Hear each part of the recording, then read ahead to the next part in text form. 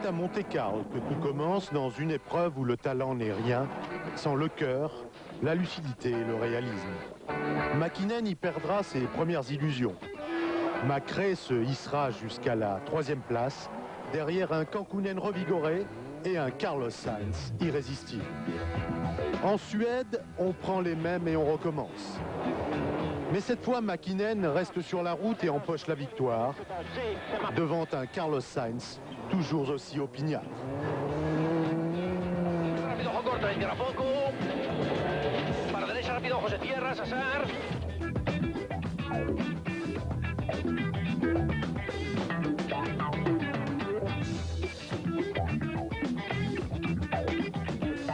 Les pistes du Kenya ne respectent aucune hiérarchie.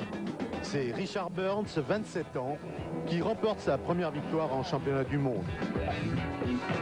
Oriol, 4e, sauve l'honneur de Toyota derrière les Ford de Kankkunen et d'Ari Vatanen.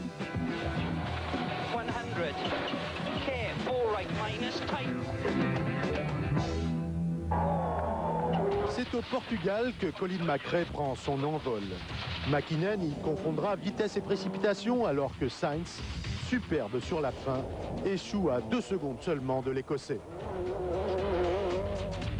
On attend Sainz en Espagne, normal. Mais la route lui joue un bien vilain tour.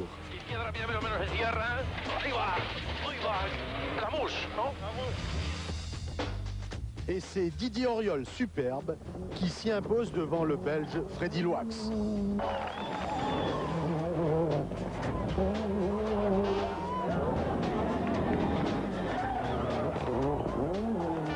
Retour gagnant pour le Français au terme d'une course parfaite.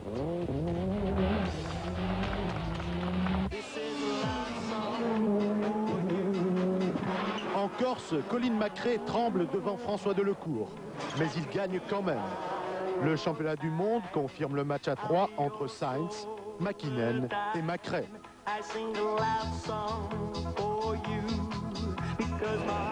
D'ailleurs, l'Argentine, un peu plus tard, dégage la même élite. Victoire de Mäkinen devant Carlos Sainz. Colin McRae finit 5e. Mais l'Écossais prend sa revanche en Grèce, où il hérite du succès qui aurait dû revenir à Didier Auriol. Auriol, pas vraiment récompensé de ses efforts. La morale est sauve en Nouvelle-Zélande, où le Français termine à nouveau 2e. Cette fois, derrière son coéquipier Carlos Sainz.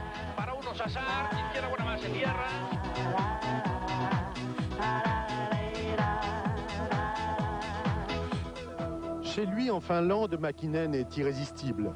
McRae sort de la route, Sainz termine 2e et 5e succès consécutif du Finlandais qui monte à nouveau sur le podium.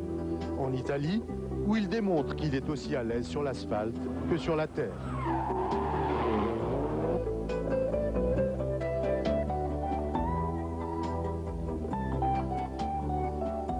Impression confirmée en Australie où Mäkinen fait encore le plein devant Carlos Sainz.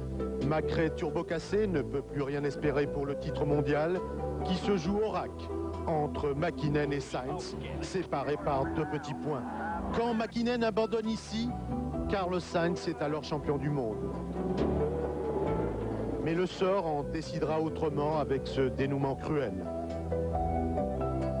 C'est Burns qui enlève la victoire et offre le titre des marques à Mitsubishi, vainqueur sur tous les tableaux.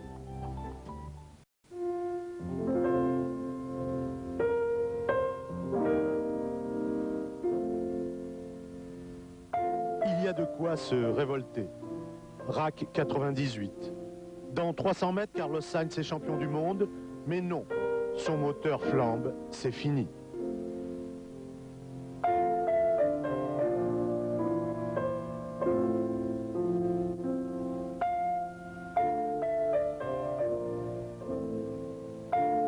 Comme en 1989, quand la victoire, la première de sa carrière, lui échappe le dernier jour, toujours en Angleterre. Comme en 1994, encore au RAC, quand il renonce, permettant à Didier Auriol d'empocher le titre mondial.